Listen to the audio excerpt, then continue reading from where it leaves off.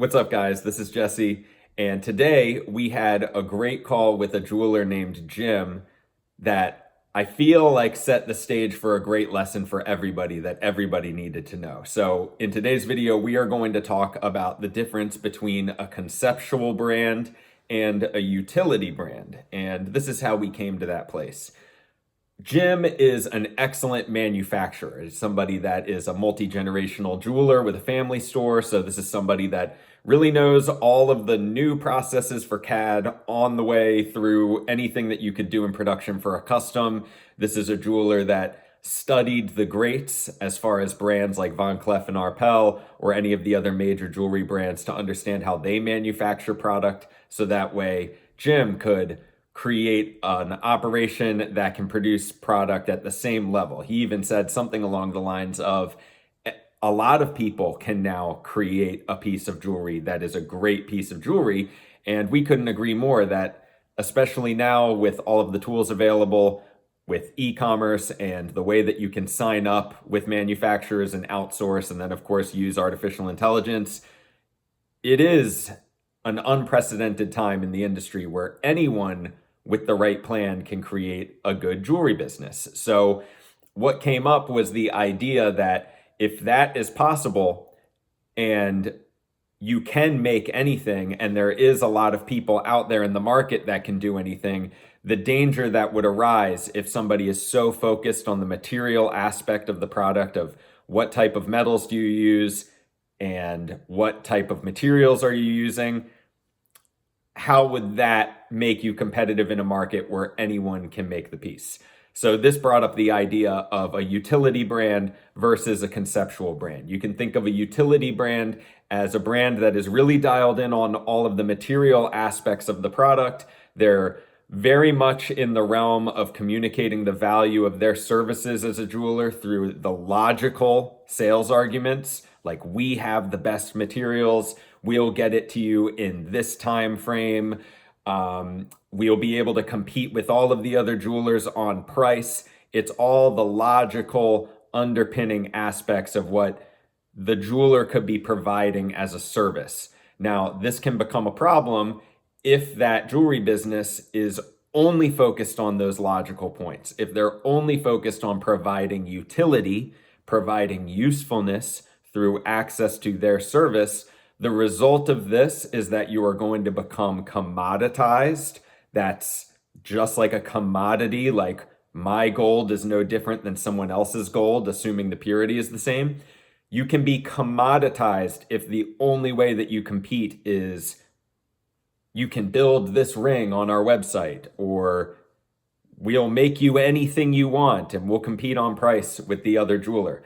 That is going to become very, very difficult in the future when lab diamonds continue to have a deflationary impact on the pricing of retail jewelry. So let's consider this for a minute. If the way that you differentiate yourself is mainly utility, that would have been an old way of doing it for the old way of the industry, where if somebody really only had excellent manufacturing skills, they would have absolutely been able to build an entire business around that, an entire retail business around that. We call that type of business Diamond Daves of Dallas. It's just like they're selling the same diamonds as the luxury brands, but it's get your diamonds here for less. It's all utility. So that's the extreme of the utility brand, is the Diamond Daves of Dallas type brand. But then on the other end of the spectrum, you have the Cartiers, the Bulgaris, the Van Cleef and Arpels conceptual brands, where they're selling 18 karat gold. Maybe you're the utility brand that is creating a luxury product out of 18 karat gold, but there's a mystique over here with the conceptual brand. There's a magic. There's almost this effect that you've walked into a wonderland of sorts when you walk into a Cartier store. They've created an atmosphere and they've kind of created an illusion through storytelling that stirs emotion. So when people say, oh, you're just buying the name there, that's a common criticism on our side of the industry, the people on this side of the glass case, not the customer's side. But how do they feel? People are buying that little piece that has a Cartier engraved on it for a reason. So we know how to make those pieces. We know that the materials that go into it are of a certain caratage and have certain gemstones and what have you. But the real differentiator comes in, if you want to be able to sell at a margin, is creating emotion. So that way, those logical steps from before of, yeah, of course it's going to be high quality. It's going to be these material specs and we're going to get it to you fast. But the conceptual brand isn't saying, we'll give it to you for less. They're saying, it costs this much because this is special. They've created this intangible aspect of it through the creative concept of the product that aligns with a greater brand story, a greater narrative that stirs emotion at all levels of what that brand is, which makes it so that the customer does want a piece of that brand for some reason, and they want to take that product and they want to own it because they resonate with something beyond logic. It's beyond logic. So in the future, when anyone can come in and use artificial intelligence to develop their supply chain and develop operations and even develop the creative aspects of the brand, they're going to have an edge because the utility-driven brands are basically leaning into a diamond is forever all the way. That type of only manufacturing focused brand really benefited from the De Beers A Diamond is Forever campaign because it created this mass hypnosis among the buying public that these items have value, they're special, there's inherent value in the stone, and with something like lab diamonds coming in to play and becoming more and more dominant, that is changing things. It's making it so that the utility aspect of the brand is not going to be enough. If you had no other story to tell other than this is expensive because it's a diamond, the bar is going to get raised. So in the future, the conceptual brands are going to win because most of the customers that you could ever sell to, they're your future customer, that is the Gen Z buyer or the millennial buyer. The baby boomers are going to exit the market and focus on the bills they have to pay in retirement. So now you have to be ready for the new type of customer that discovers brands on social media. Well, that's where storytelling comes in. That's where you need to have a real concept and a narrative in some way to drive emotion, because everybody is out there competing against Cartier and Bulgari. And if somebody is smart in how they develop a brand using AI, because we've seen the visuals, they're very compelling, there's no reason why a smaller player couldn't enter the market and create visuals at the level of the bigger brands, even if they are a small family jeweler that's actually handling their repairs and their manufacturing and their shipping out of one facility.